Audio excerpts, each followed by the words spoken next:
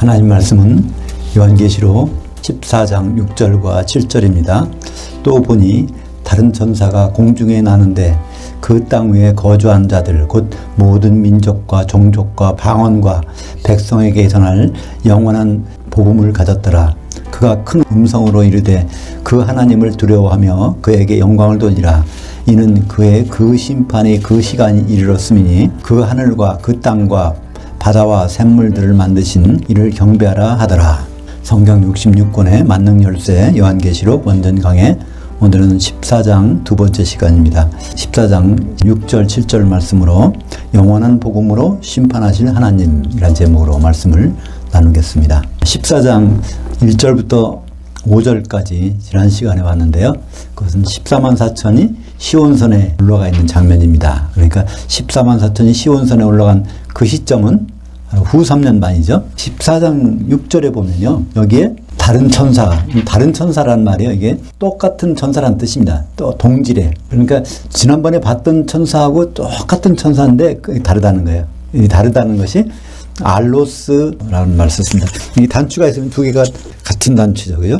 이걸 우리말로 다른이지만 같은 종류의 같은 천사가, 그러니까 이게 말하면 예수님의 천사라 볼 수 있죠. 여기도 예수님의 천사. 그러니까 공중에 나는데 그 땅 위에 거주한 자들, 그러니까 거기에 모든 민족, 종족, 방언, 백성. 그러면 이거는 모든 사람에게 들어가는 거예요. 그에게 전할 영원한 복음. 그러니까 이거를 보면 앞으로 전할 영원한 복음을 전할 거라는 거예요. 그들에게. 근데 이게 말이 되나요?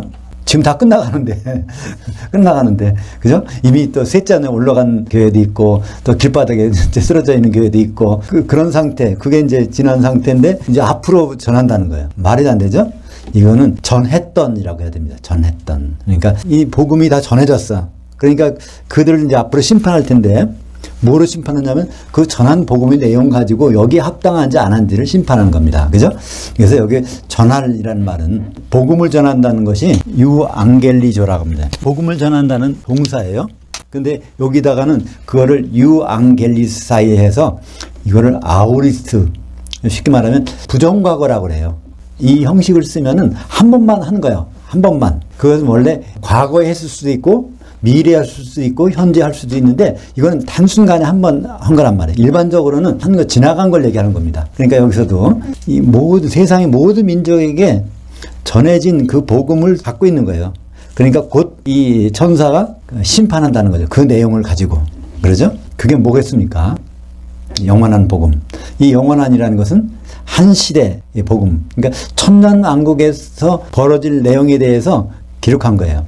어떤 사람들이? 사도들의 말을 들은 사람들이. 그러니까 사도들을 통해서 전해진 신약성경을 뜻하는 거죠.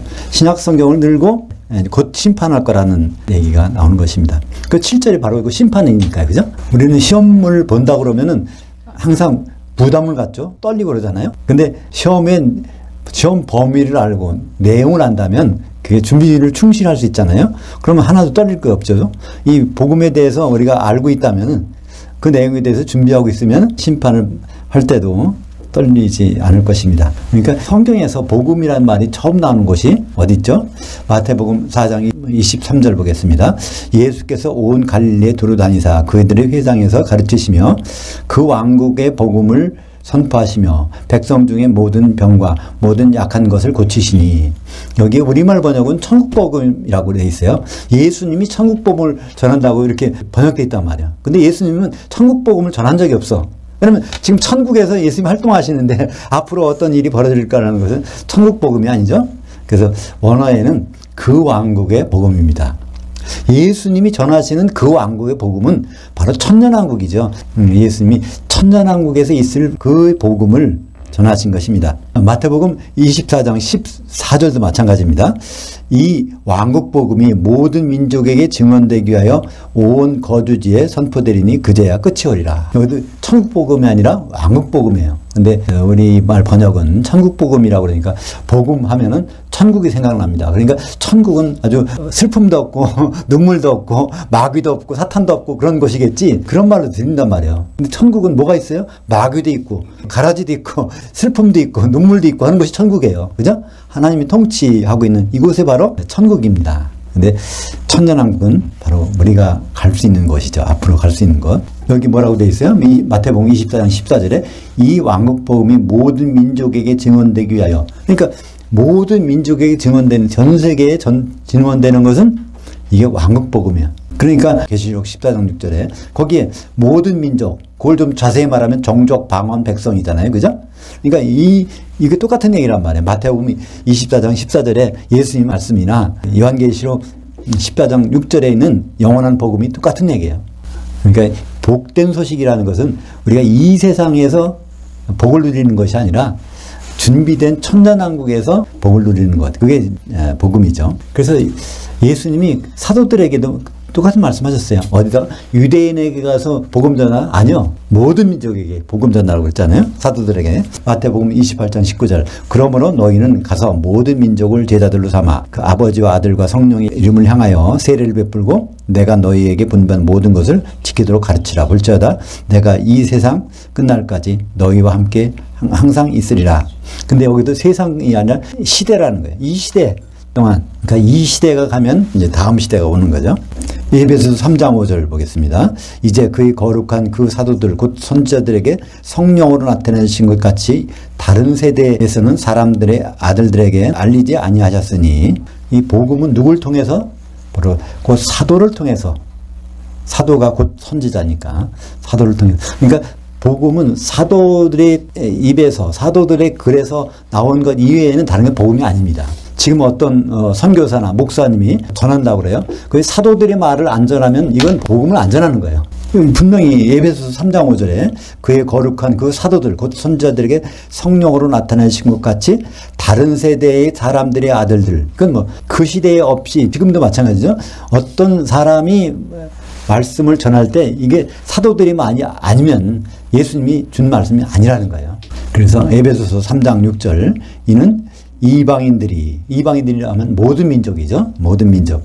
그 복음으로 말미암아 그리스도 예수 안에서 함께 상속자들이 되고 함께 지체들이 되고 그 약속에 함께 참여하는 자들이 됩니다. 이 복음의 내용이 결국은 이렇다는 거예요. 복음을 받아들여서 천년왕국에서 이룰 수 있는 것이 바로 함께 상속자. 상속자는 누굴까요? 하나님의 아들이 상속자잖아요. 이기는 자가 상속자니까. 그리고 함께 지체. 한 몸의 지체라는 거예요. 누구의 몸의 지체죠?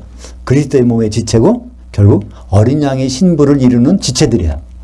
그리고 또 함께 참여하는 자. 거기에 동참자.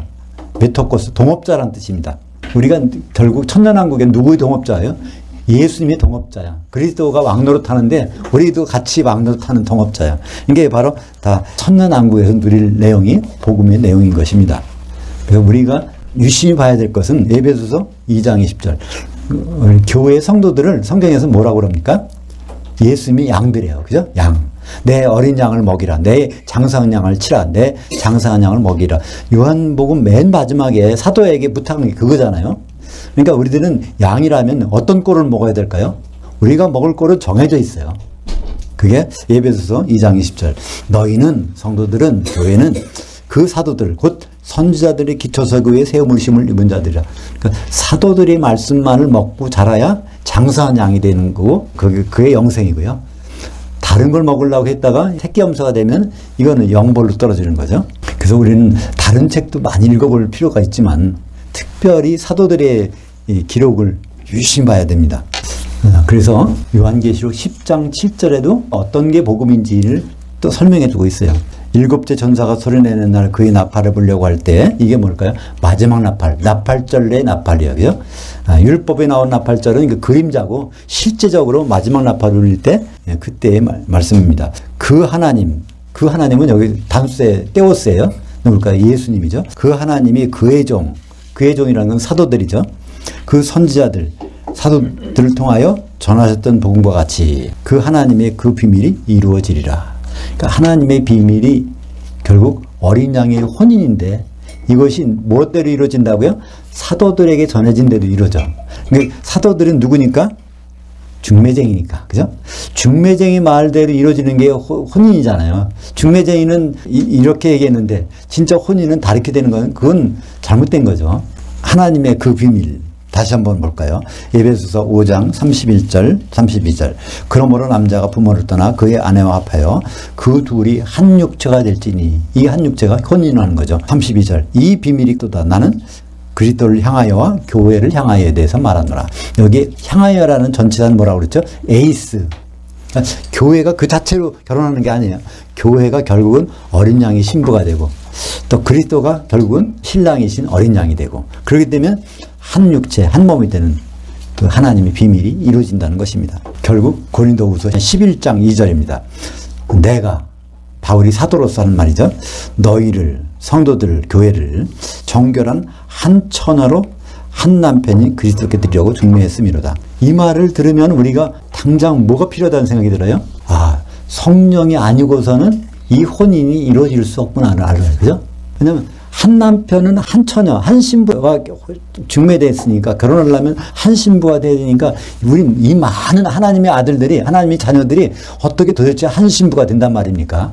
에베소서 4장 3절에 평안에 매는 줄로 성령이 하나가 되게 하심을 힘써 지키라. 바로 성령으로밖에는 우리가 혼인에 참여할 수 없습니다. 그러니까 혼인잔치에 들어가는, 혼인잔치 만찬에 들어가는 때 기름 준비한 자만 들어가는 이유가 있어요. 성령의 기름이 있어야 신부실에서 하나가 될 거 아닙니까? 마태복음 9장 15절에 그런 말씀 있죠?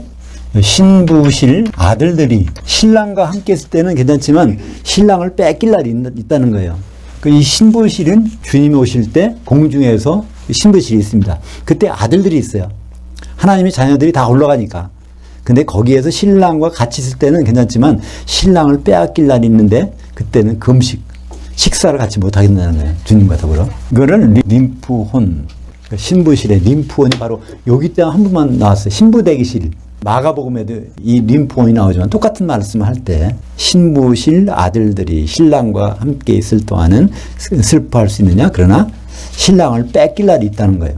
우리가 신랑을 만나는 때는 나팔절이 불어야 주님이 신랑으로 이제 오실 텐데, 그때 같이 있다가 거기서 이제 신랑을 뺏기는 사람들이 영벌, 지옥에 가는 것이죠. 7절 보겠습니다. 그가 그 큰 음성으로 이르되 그 하나님을 두려워하며 그에게 영광을 돌리라. 여기도 하나님, 신약에서는 테오스가 단수라고 그랬어요. 구약의 하나님은 엘로힘, 복수입니다. 성부, 성자, 성령이 함께 움직이시는 거예요. 한 몸이 되셔서. 근데 신약에서는 테오스는 반드시 단수입니다. 그러니까 그 하나님, 정관사 붙었어요. 그러면 이건 예수님입니다. 심판하시는 분이니까, 그렇죠? 이는 그의 그 심판의 시간이 이르렀으니 그 하늘과 그 땅과 바다와 생물들을 만드신 이를 경배하라 하더라. 여기에 이거를 강조하는 거예요. 예수님이 태초에 하나님이 천지를 창조하실 때 그때도 예수님이 계셨어요. 그죠? 엘로힘, 복수니까. 근데 그때 구약의 하나님, 그때 또 창조하실 뿐 아니라 여세 동안에 이 모든 것을 만드셨어요. 그죠? 구약에서는 창조, 제조. 히브리어는 뭐라 그러죠? 히브리어, 헬라어. 히브리어는 창조하는 걸 빠라라고 그래요. 빠라. 제조를 아싸. 여호와 하나님께서는 창세기 1장 1절에 보면 빠라 하셨어. 그건 없는 데서 하나님의 생각에 의해서 나오는 거예요. 근데 이것이 땅이 혼돈하고 공허하고 해서 이것이 다 파괴됐을 때 여세 동안에 그걸 다 빠라 하시는 게 아니라 아싸 하신단 말이에요. 그죠? 그래서 출애굽기 20장 11절에 여세 동안 한 것이 빠라냐 아싸냐, 그걸 보면 분명해요. 그죠? 한번 보죠. 이는 여세 동안에 나 여호와가 하늘들과 땅과 바다와 그 가운데 있는 모든 것을 만들고 창조했고가 아니에요. 그러니까 아싸 했다는 거예요.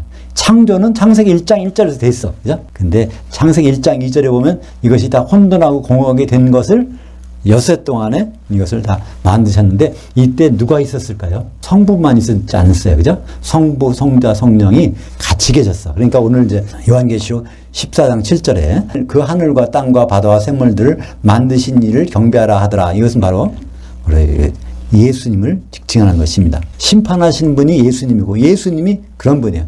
그게 요한복음 5장 22절에 나옵니다. 그 아버지께서 아무도 심판하지 아니하시고 심판을 다 그 아들에게 맡기셨으니. 그러니까 아버지 하나님, 아버지는 심판을 안 해요. 그러니까 거기 같이 계시지만 심판은 딱 누구에게 맡기셨어요? 아들에게 맡기신 거예요. 그러니까 그리스도의 심판되나? 천년이 지나서 백보자 심판되나? 심판은 누가 하세요? 예수님이 하세요. 한 번 더 반복됩니다. 확실하게 하려고. 요한복음 5장 27절에 왜 심판을 아들에게 맡기시는지를 설명하고 있습니다. 또 인자됨으로 말미암아 하나님이셨는데 사람의 아들로 오셔서 십자가에서 피를 흘렸기 때문에 그 피에 대한 심판을 바로 예수님이 하시게 됐다는 겁니다. 인자됨으로 말미암아 심판하는 권세를 주셨느니라. 그러니까 인자라는 단어가 나오면 우선 뭘 생각하게 될까요? 인자가 나오면요 그냥 바로 심판을 생각하시면 돼요. 마태복음 19장 28절에 거기도 심판에 대한 인자가 나올 때 심판이 나와. 마태복음 25장에도 인자가 나올 때 심판이 나와. 또 요한계시록 1장 13절에도 인자가 나올 때 심판이 나와. 인자 같은 이 일곱 촛대 가운데 인자 같은 이가 있잖아요. 다 이게 그리스도의 심판대. 그러니까 심판은 앞으로 그 주님 오시면 딱 한 번 있습니다. 여러 번, 성경에는요, 여러 군데 심판이라는 말이 나와요. 그 심판은 다 한 가지를 말하는 거예요. 그리스도의 심판대, 하나님의 심판대, 그게 다 한 가지입니다. 요한복음 5장 29절에 그게 그리스도의 심판대입니다. 선한 일을 행한 자는 생명의 부활로, 악한 일을 행한 자는 심판의 부활로 나오리라. 선한 일, 이게 뭐의 선한 일? 하나님께 선한 일이에요. 하나님께 선한 일은 맨 먼저 나오는 데가 어디 나오죠? 창세기 2장 18절. 하나님께 선하지 않은 것이 뭐예요? 아담이 돕는 배필을 갖지 않는 거예요. 하나님께 선하지 않은 거예요. 하나님께 선한 것은 뭐죠? 아담이 돕는 배필을 갖는 거예요. 근데 이 모든 구약의 내용은 예수님을 정언하는 거예요. 그죠? 그리고 아담은 로마서 5장 14절에 오실 자의 모형이에요. 그러니까 예수님은 돕는 배필을 가져야 되는데 신부를 가져야 됩니다. 그게 선한 일이에요. 그것에 관계하지 않는 것은 악한 일입니다. 그러니까 선악이라는 것은 우리가 죄를 졌다, 뭐 용서해달라고 회개하고 그런 모든 것을 우리는 생각을 잘 못할 수가 있어요. 도덕적, 윤리적으로 어떤 일을 잘못한 거 가지고 하나님께 용서를 구하는 때가 있어요. 물론 그것도 용서를 구할 것이지만 하나님께 죄가 되는 것은 하나님께 선하지 않은 것을 추구하는 거예요. 예수님과 혼인할 것을 추구해야 되는 게 그게 선한 일인데 그거 아니고 세상에서 즐거운 것을 세상에 좋은 것을 취하면 그게 다 음행입니다. 그러면 그리스도의 심판대, 심판 기준, 심판을 뭐로 할까요? 먼저 마태복음 19장 28절. 심판관이 예수님 혼자가 아니라는 것을 나타냅니다. 그죠? 예수께서 이르시되 내가 진실로 너희에게 이르노니 세상이 새롭게 되어 인자가 자기 영광의 보좌에 앉을 때, 여기도 인자가 나오잖아요. 인자가 나오면 그 심판하는 거예요. 나를 따르는 너희도 12보좌에 앉아 이스라엘 12지파를 심판하리라. 그러니까 12사도가 심판하는 거예요. 이것이 공정한 거죠? 왜 공정할까요? 어린 양은 우리 성도들은 뭐를 먹어야 돼요? 사도들의 풀을 먹어야 돼. 근데 그거를 사도들의 풀을 먹었는지 안 먹었는지를 누가 심판하겠어요? 사도들이 심판해야 정당하죠. 그죠? 또 사도들은 우리 성도들을 예수님께 중매했어. 근데 중매를 앞두고 제대로 준비됐는지 안 됐는지를 누가 심판해야 돼요? 중매자가 심판해야 되잖아요. 그러니까 마태복음 19장 28절은 너무나 당연한 겁니다. 그죠? 사도들이 우리를 심판하는 것은 너무나 당연합니다. 그 마태복음 25장 40절에 마찬가지입니다.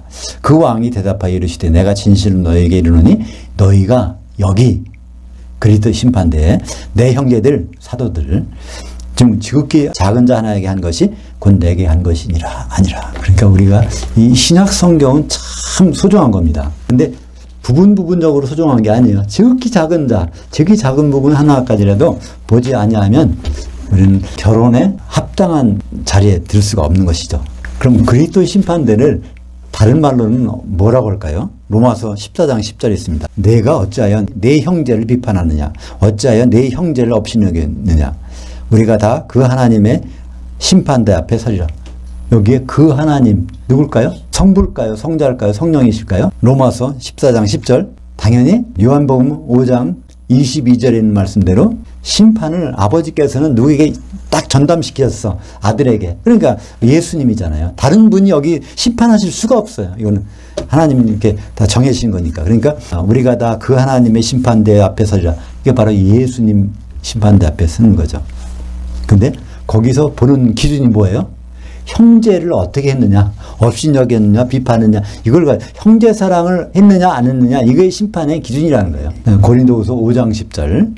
이게 다 같은 심판을 성경에서 곳곳에 이렇게 설명을 반복하고 있습니다. 이는 우리가 다 반드시 그리스도 심판 앞에 나타나게 돼요. 여기 예외가 없어요. 우리가 다 반드시 한 사람도 예외가 없이. 그래서 휴거될 걱정을 할 필요 없다는 거예요. 그죠? 휴거 안 될까 봐. 다 올라가야 돼. 심판받게 되니까. 각각 선악간에 그 몸을 통하여 행한 것을 따라 받으려 함이라. 거기서 상을 받든지 벌을 받든지는 일단 공중에 올라가서 봐야 되는 거죠. 여기도 선악간이라고 했어요. 이 선악간은 교회에 대해서 선악간. 교회가 그리스도 신부로 가는데 동참했느냐, 교회가 세상의 즐거움을 추구하는 데 동참했느냐에 따라서 심판을 받게 됩니다. 그래서 심판 받으러 가는 장면이 데살로니가전서 4장 16절 17절이에요. 우리가 그냥 데살로니가전서 4장 16절 17절 읽으면 우리가 그날이 빨리 왔으면 좋겠다 생각하는데요. 이거 한번 생각해 볼 문제예요. 한번 볼까요? 주께서 호령과 천사장의 음성과 하나님의 나팔 소리로, 이게 바로 나팔절 날이죠. 친히 하늘로부터 강림하시리니 그리스도 안에서 죽은 자들, 그러니까 세상 사람들은, 불신자들은 여기서 일어나지 못하죠. 먼저 일어나고 부활하고 그 후에 우리 살아남은 자들도 그들과 함께 구름 속으로 끌어올려 공중에서 주를 만나게 하시리니, 주를 만나서 영벌일지 영생일지 그 자리에 가는 거예요. 그죠? 이걸 안다면 주님 오시기를 고대하고만 있을까요? 우리가? 준비된 사람은 그럴 수 있어. 그죠? 준비된 사람은. 성령의 기름이 풍성한 사람은 주님 고대가만 부르면서 그렇게 할 수 있지만, 이 실상 안다면요, 그냥 우리는 나팔절만 생각해서는 안 돼요. 나팔절 다음에 있을 대속제일, 그리스도 심판대, 그날. 그리스도 심판대는 어떤 날이라고요? 장막절 닷새전날. 그러니까 장막절 닷새전날을 우리는 기억해야 됩니다. 6월절 닷새전날을 베다니 마리아가 기억한 것처럼 우리는 장막절 닷새전날을 기억하고 살아야 되는 것입니다. 그날이 바로 여기 나오네요. 요한계시록 1장 10절과 13절. 내가 영으로 주의 날에 있었더니, 주의 날에 가 있었더니, 사도 요한은 몸은 단모섬에 있는데 영으로 주의 날로 갔어요. 그 자리는 어딜까요? 공중입니다. 그걸 어떻게 아느냐고요? 여기 보니까 나팔 소리 같은 큰 음성, 예수님이 천사장의 음성으로 말씀하시는 거예요. 이게 바로 나팔절 날 들리는 음성이에요. 그 다음에 13절에 그 촛대들 7 교회들 한가운데 인자 같은 이가 발에 끌리는 옷을 입고 가슴에 금띠를 띠고. 여기도 누가 나와요? 인자가 나와. 요한계시록 1장에 인자가 나와요. 인자가 나오면 뭘 생각하라고요? 심판을. 그죠? 그래서 심판 결과가 어떻게 될까요? 마태복음 5장 22절에 있습니다. 난 너에게 이르노니 형제에게 노하는 자마다 심판을 받게 되고, 형제를 대하여 라가라 하는 자는 공회에 잡혀가게 되고, 미련한 놈이라 하는 자는 불지옥에 들어가게 되리라. 여기에 세 단어가 나와요. 심판, 공회, 지옥. 이게 같은 시간에 같은 장소입니다. 예수님은 여러 번 심판하지 않는다고 그랬죠? 그리스도 심판도 한 번 있어. 그것이 바로 심판날인데 그것을 공회라고 했습니다. 공회는, 여기 성경에 나오는 공회는 이스라엘의 최고의 사법기관이에요. 근데 이것은 그림자입니다. 그러니까 예수님께 최고의 사법기관은 그리스도 심판대죠. 거기에서 판결이 불지옥에 가는 것은 형제에게 잘못했을 때, 아가페 사랑으로 형제 사랑을 못했을 때는 불지옥에 들어가게 되리라. 그러니까 여기서 우리는 무엇을 할 수 있죠? 형제 관계에서 이런 일이 벌어지니까 불신자는 절대로 지옥에 갈 수 없다. 가고 싶어도. 불신자는 입장 금지예요. 왜 그럴까요? 불신자는요, 주님 오시면 공중에 올라갈 수가 없어. 공중에서 지옥 가는 일이 벌어지는데, 마태복음 9장 15절, 여기 림프원이 나오죠. 신부실. 공중의 신부실. 예수께서 그들에게 이르시되 신부실 아들들. 근데 이걸 나중에 집에 가서 읽어보시면요, 혼인집 손님들이라고 되어 있는데, 이게 틀릴까? 여기, 보통 여기 혼인집 손님들이라고 해놨어요. 또, 흠정역에는 신부실에 있는 그 아동들, 화동들, 이렇게 해놨어요. 근데 정확한 단어는 신부실 아들들. POE, 복수. 아들들. 하나님의 아들들이니까 성도들이죠. 너희 신랑과 함께 있을 동안은 슬퍼할 수 있느냐? 그러나 신랑을 빼앗길 날이 이르리니 그때는 금식할 것이니라. 신랑은 언제 뺏기죠? 신랑은 마태복음 25장에 보면 10절에 기름을 준비한 자는 혼인잔치에 들어가는데, 기름을 준비하지 못한 자들은 거기서 신랑을 뺏기는 일이 나타납니다. 그러니까 마태복음 25장 그 혼인잔치 비유는 그거 바로 그리스도의 심판대의 모습이에요. 그게. 예수님은 제자들에게 사도들을 세워놓고 첫 번째 말씀한 내용이 마태복음 10장 28절입니다. 그러니까 우리는 마태복음 10장 28절을 그냥 지나치기 쉬워요. 근데 이거 한번 명심해야 됩니다. 이 말씀도. 혼의 몸은 죽여도, 그러니까 살아있는 육신의 몸은 죽여도 혼을 능히 죽이지 못한 자들을, 이게 바로 사탄마귀죠. 두려워하지 말고 오직 영의 몸과 혼을 능히 지옥에 멸하실 수 있는 일을 너희는 두려워하라. 영의 몸은 부활한 몸입니다. 그죠? 부활해서 공중에 휘고되는 몸이에요. 그러니까 혼의 몸은 죽여도 혼을 능히 죽이지 못하는 자들을 두려워하지 말고. 사실 우리는 두려워하잖아요. 지금 우리 코로나 때문에 얼마나 두려워합니까? 이것이 잘못됐다는 얘기가 아니라 이것만 두려워하면 큰일 난다는 얘기예요. 우리가 진짜 두려워할 것은 바로 부활한 몸을, 휴고된 몸을 지옥에 던지시는 분을 두려워한다는 것입니다. 마태복음 22장 11절에 이것도 혼인잔치 비유입니다. 마태복음 25장의 혼인잔치와 차이가 있어요. 여기는 오찬을 준비해 놓고 다 불러드리는 거예요. 마태복음 22장 11절부터 14절까지 같이 읽어보죠. 그 왕이 참석자들을 보러 들어올새 거기서 예복을 입지 않은 한 사람을 보고 이르되 친구여 어찌하여 예복을 입지 않고 여기 들어왔느냐 하니 그가 아무 말도 못하거늘 그 왕이 사원들에게 말하되 그 손발을 묶고 바깥 어두운 데에 내던지라. 거기서 슬피 울며 이를 갈게 되리라 하니라. 청함을 받은 자들은 많되 택함을 입은 자들은 적으니라. 그 혼인잔치 오찬에 청함을 입은 자들은 많다는 거예요. 우리 예수 믿는 사람, 교회 다니는 사람들은 모조리 올라가는 거예요. 안 올라갈 수가 없어요. 몸이 변해가지고. 근데 택함을 입은 자들은 적으니라. 이게 올리고스라는 단어, 올리고는 아주 작다는 거예요. 이게 이제 우리 기독교인들이 당할 현실입니다.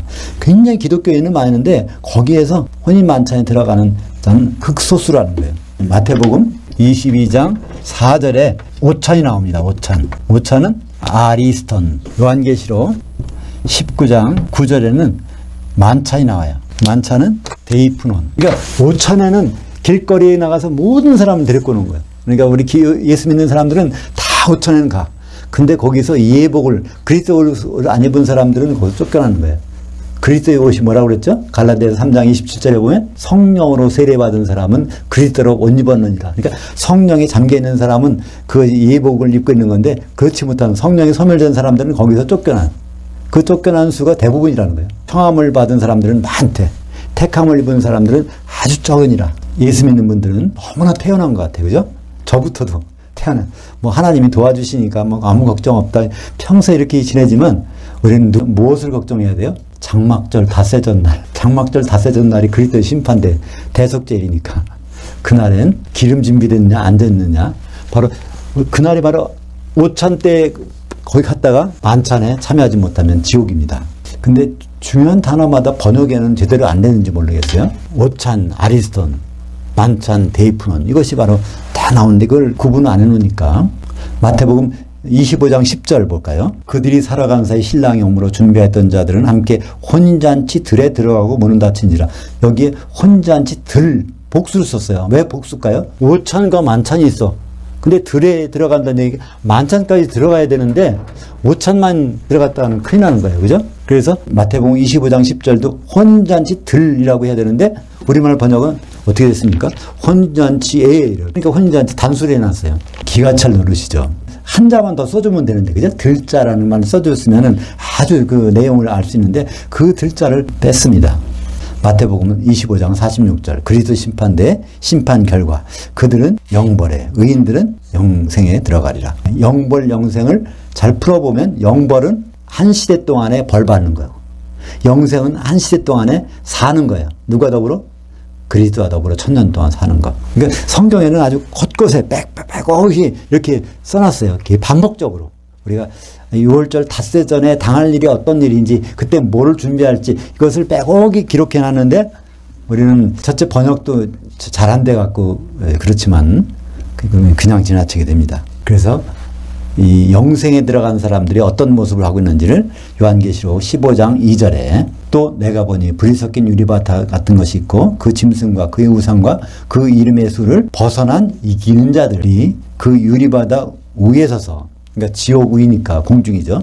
그 하나님의 검은 고들을 가지고 이제 할렐루야 찬송을 부르게 됩니다. 이것이 요한계시록 15장 2절은 어떤 말이에요?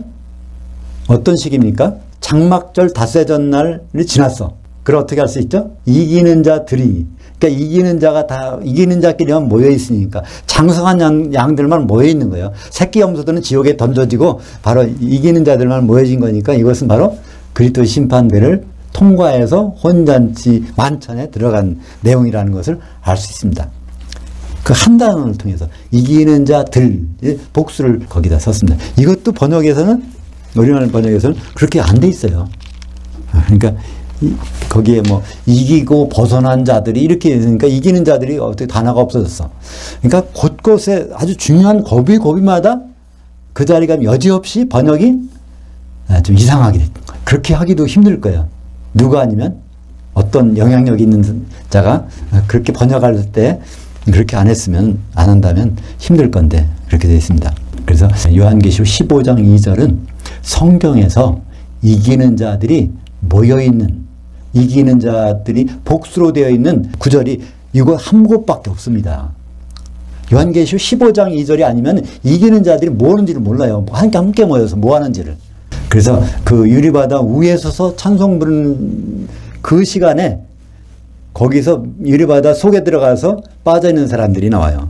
그게 누굴까요? 장막절 닷새 전에 심판받고 이제 그 지옥에 던져진 사람들. 요한계시록 18장 21절. 이에 한 힘센 천사가 큰 맷돌 같은 돌을 들어 그 바다, 정관사가 있습니다. 그 바다는 그 앞에 나온 요한계시록 15장 2절에 나온 그 불섞인 유리바다.